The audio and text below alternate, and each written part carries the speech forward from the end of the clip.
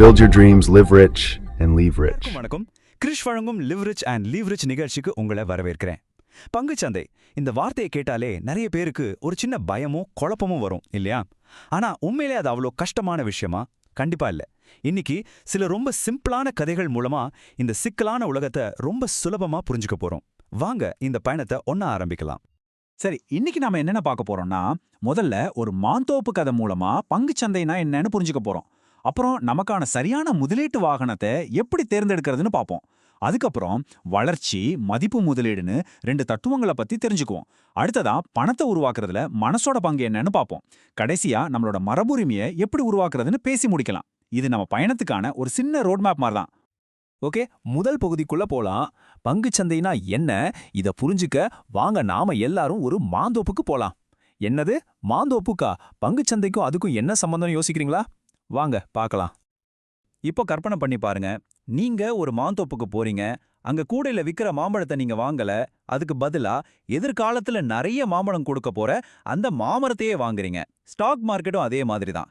நாம ஒரு கம்பெனியோட ஸ்டாக்கை வாங்குறோம்னா அவங்க இன்னைக்கு விக்கிற பொருளை வாங்கல, அந்த கம்பெனியோட எதிர்கால வளர்ச்சியை வாங்குறோம்னு அர்த்தம். அப்போ இதுல இருந்து என்ன தெரியுது? ஸ்டாக் மார்க்கெட்டுங்கிறது மாம்பழத்தை விக்கிற இடம் இல்ல, எதிர்காலத்துல கிடைக்க போற மாம்பழங்கள் மேல இருக்கிற எதிர்பார்ப்பை விக்கிற இடம். ஒரு கம்பெனியோட ஸ்டாக் விலை ஏறுறதும் இறங்குறதும் அந்த கம்பெனி எதிர்காலத்துல எப்படி வளருங்கிற நம்ம நம்பிக்கையை பொறுத்து தான் இருக்கு. இது ரொம்ப முக்கியமான பாயிண்ட். சரி, மாந்தோப்பு கதை ஓகே.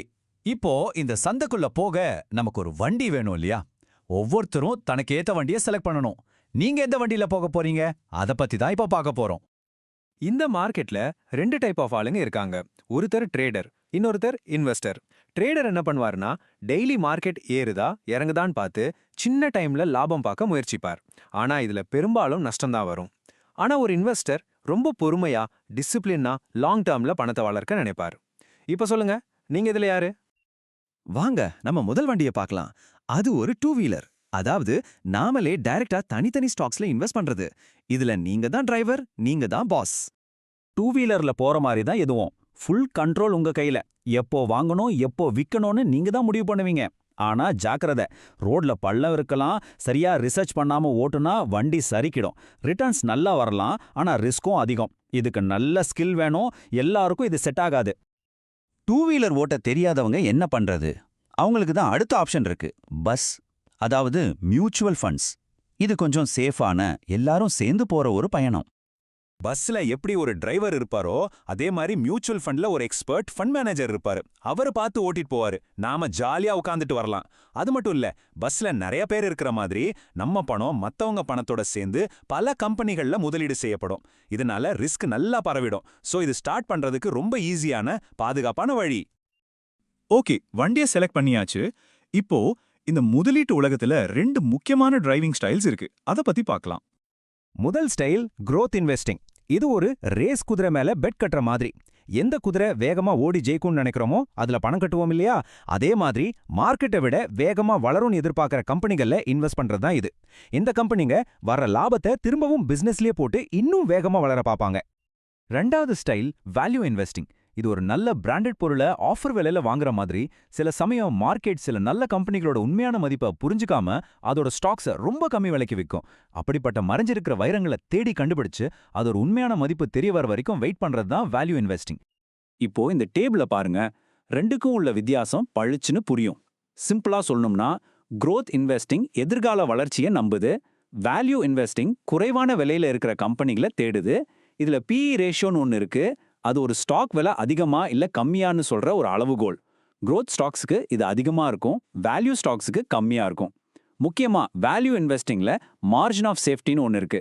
அதாவது உண்மையான மதிப்பை விட கம்மியான விலைக்கு வாங்குறதால நஷ்டம் வர்றதுக்கான வாய்ப்பு குறையுது. சரி, என்ன வாங்கணும்னு பார்த்துட்டோம்.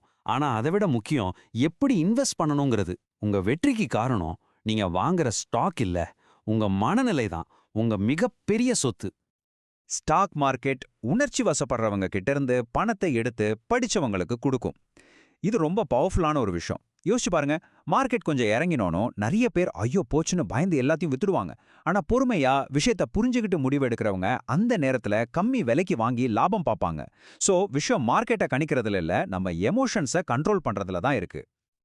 அப்போ இந்த மாதிரி பயத்துல விக்கிறது, எல்லாரும் பண்றாங்கன்னு நாமும் பண்றது இந்த மாதிரி மனரீதியான பொறிகள்ல இருந்து எப்படி தப்பிக்கிறது? இதுக்கு 3 விஷயம் தான் தேவை. 1 டிசிப்ளின். மார்க்கெட் எப்படி இருந்தாலும் சரி உங்க பிளான்ல நீங்க உறுதியா இருக்கணும். 2வது பொறுமை. செல்வங்கிறது ஒரு பண்ண மாதிரி மெதுவா சீசனுக்கு சீசன் தான் வளரும். 3வது லாங் டேர்ம் பார்வை. இன்னைக்கு நாளைக்குன்னு யோசிக்காம 5-10 வருஷத்துக்கு மேல யோசிக்கணும். இந்த 3 இருந்தா மார்க்கெட் ஏற்ற இறக்கம் உங்களை ஒண்ணுமே பண்ணாது. சரி, இவ்ளோ நேரம் பேசுனது எதுக்கு பண்றோம்? எதுக்கு இந்த முதலீடு? நம்மளோட உண்மையான நோக்கம் என்ன? அத பத்தி இப்ப பார்க்கலாம். ஆல்பர்ட் ஐன்ஸ்டைன் என்ன சொன்னார் தெரியுமா? கூட்டு வட்டி தான் இந்த உலகத்தோட 8வது அதிசயம். இத புரிஞ்சுக்கிட்டவன் சம்பாதிக்கிறான், புரியாதவன் அதை கட்டுறான்னு சொன்னார். கூட்டு வட்டினா சிம்பிள். உங்க முதலீட்டுக்கு வர்ற லாபத்துக்கும் சேர்த்து லாபம் வர்றது. இதுதான் சின்ன முதலீட்டை கூட காலப்போக்குல ஒரு பெரிய அதிசயமா மாத்துது. இது வெறும் நம்பர்ஸ் இல்ல, இதுதான் காலத்தோட பவர். ஒரு உதாரணம் சொல்றேன். நீங்க மாசம் 10,000 ரூபாய் இன்வெஸ்ட் பண்றீங்கன்னு வச்சுப்போம். அதுக்கு வருஷத்துக்கு ஒரு 12% வளர்ச்சி கிடைச்சா 30 வருஷத்துல அது எவ்வளவு ஆகும் தெரியுமா? 1.5 கோடி ரூபாய்க்கு மேல. சின்ன சின்ன முதலீடு கூட நாம அதுக்கு போதுமான டைம் கொடுத்தா எவ்வளோ பெரிய செல்வத்தை உருவாக்கும்னு பாருங்க. இதுதான் மேஜிக். நாம ஏன் இதெல்லாம் பண்ணணுங்கிற கேள்விக்கு இந்த ஒரு வரி போதும்.